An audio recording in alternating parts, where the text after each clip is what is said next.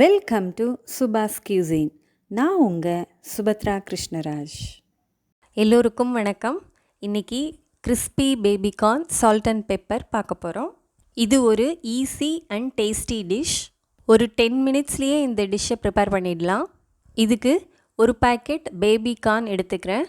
இது 30 rupees. பேபிகார்னை குட்டி குட்டியாக ரவுண்ட் ஷேப்பில் கட் பண்ணி எடுத்துக்கலாம்.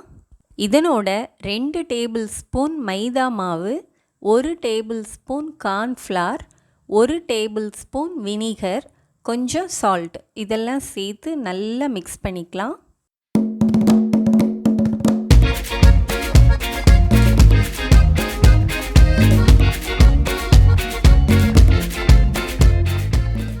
இப்போது மறுபடியும் இன்னொரு டேபிள் ஸ்பூன் கார்ன்ஃப்ளவர் சேர்த்து மிக்ஸ் பண்ணிக்கலாம்.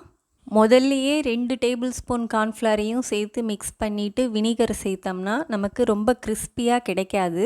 அதனால் ஃபைனல் கோட்டிங்காக இன்னொரு ஸ்பூன் கார்ன்ஃப்ளவரை சேர்த்து நல்லா மிக்ஸ் பண்ணிக்கும்போது நல்ல கிறிஸ்ப்னஸ் கிடைக்கும். மிக்ஸ் பண்ணியாச்சு. இப்போ ஊற விடணும்னு அவசியம் இல்லை. உடனேயே எண்ணெயில் சேர்த்து பொரிச்சிடலாம். நல்ல கோல்டன் ப்ரௌன் கலரில் பொரிச்சு எடுத்துக்கலாம்.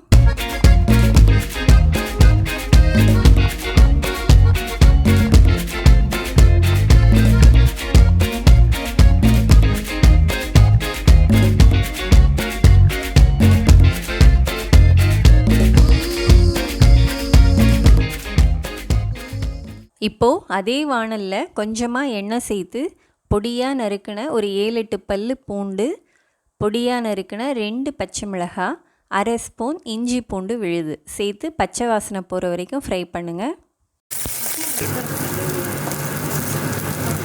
இது கூட பெரிய வெங்காயம் 1 பொடியாக கட் பண்ணது அதையும் சேர்த்து நல்லா ஃப்ரை பண்ணிக்கலாம். தேவையான அளவு உப்பையும் சேர்த்துடலாம்.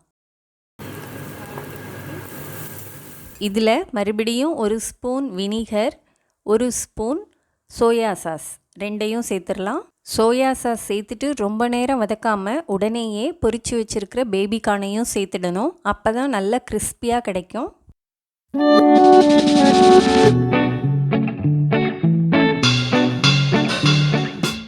இப்போது 1 ஸ்பூன் ஃப்ரெஷ்ஷாக அரைச்ச பெப்பர் பவுடரையும் சேர்த்துடலாம்.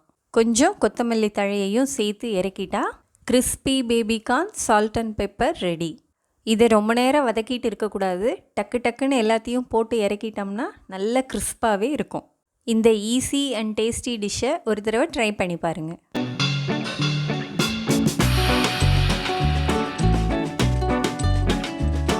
வாழ்க வளமுடன்.